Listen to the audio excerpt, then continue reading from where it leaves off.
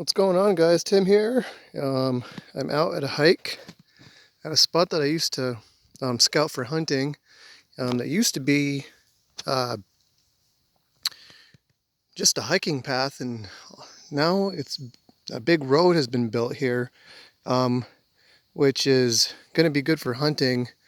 But I haven't seen any posted signs or anything, so it should still be good to go. Um, but I was on my hike, and I'm out here in the woods with my thoughts. And I just started thinking about the knife that I'm carrying today, which is my um, Bass R Hom, and the knife that I was carrying a few weeks ago, which was my um, Beagler. I believe it's a Rocksteady, which is a custom. And I briefly wanted to discuss the difference between a good production balisong versus a custom balisong. And these are just my thoughts as usual. I'm not a professional by any means on any of this stuff that you see me talking about. Um, and this is a sheath I just made. It's going to go up for sale in my Facebook group. And you can see I did some, I guess you could call that some jigging on the clip here, which actually I'm very happy the way it came out. And if it doesn't sell, I get to keep it, so it's always a plus. This week, let me pull this out real quick. I took some time to do some maintenance on my Bass R, and from time to time I'll just hit it with some high grit sandpaper. You know, start with 400 and work my way to 2000, just to get a good finish on it. I like mine a little less grippier than normal, and then getting some. I live in a humid place, particularly in the summertime, so I tend to get a little spotting here and there, and the sandpaper takes care of that. After I hold on, let me go widescreen. It's probably going to be annoying to everybody, but there we go. Everybody always says to start videos this way, it's better. So after I I don't necessarily say polished, but cleaned everything up and lubed everything, put this back together.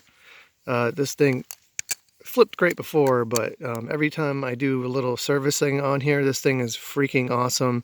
The tolerances are the best, and I would say overall this is my favorite knife that I own.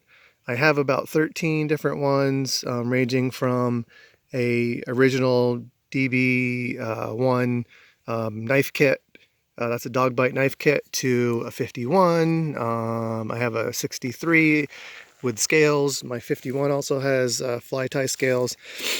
I have a Kimura. I got a lot of different knives, so some of them have bearings, some of them don't. This one happens to have bushings.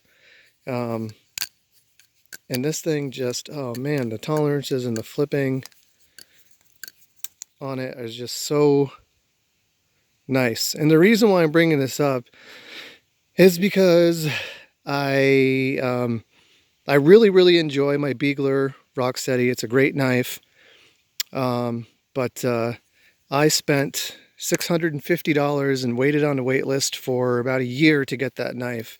I don't take it out that often. I don't want to screw it up.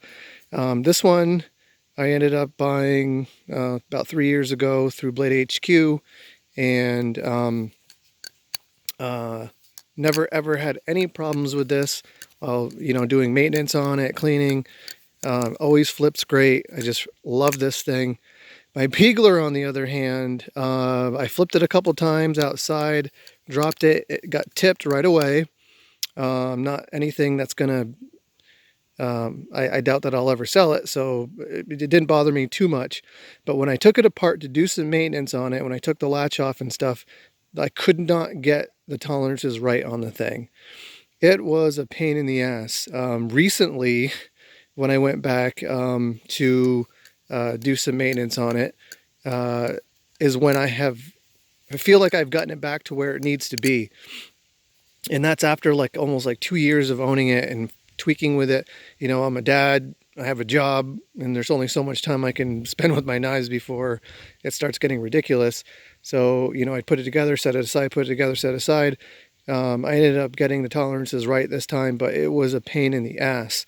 Um, the thing has two different sizes of washers on it, um, and even the Zen pin tubes for the Zen pin stoppers are. I'm probably getting terminology all messed up, but they are different lengths. So you got to make sure that you keep everything perfect. I do that as a habit now, just because I've had some experience with, you know, having to put something together and it just kicking my ass for a couple hours when I spent, you know, planned on spending a half an hour doing this stuff. So, um, but so basically, my message here is, you know, understand that when you're getting a high mid-tech or high-end production knife, um, those are the knives that are going to be the best for EDC and flipping. You are not going to beat that. For aesthetics purely, you want a cool looking knife that's a one of a kind, go with custom. But I know when you first get into Balisong and Balisong flipping, you know, you hear people always talking about custom this and custom that. Custom does not always mean the best performance. In fact, oftentimes it means the opposite of that. So if you're collecting, you know, you're doing a Filipino handmade stuff or you're collecting that, that's great for aesthetics. But if you're looking for looking for performance and overall use, definitely go with a reputable production knife like a Hom or a BRS. And honestly, people compare this to the Rep a lot as far as flippability and you know, even aesthetics. But I would take this knife over the Replicant any day.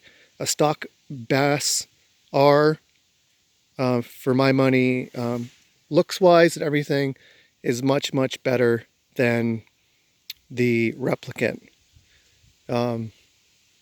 I think I just heard a deer blow at me. I'm way up here in the mountains and it's getting close to 6 o'clock. So I'm going to get going. I don't want my dog to get attacked by a black bear or anything. Although I do have my walking stick and everything. Oh, and before I go, I got super lucky on this hike. At first I was super disappointed to see the road built. But along the way, which kind of sucks for the person who lost it, but I found a nice Leatherman wave. And I think it was part of the build crew that came in making this, because you could see that it's used as far as the wire strippers on this and everything. It's well maintained. But I need to go home, clean it up, and I'm super psyched about that. Well, those are my thoughts about, you know, custom knives and high-end production knives, and hopefully you enjoyed the video. And those of you who are waiting on my leather video when it comes to the drumstick case, I ran into some bullshit, so I will be posting a video when that's completed. So thanks for watching, guys. Embrace your creativity. Peace.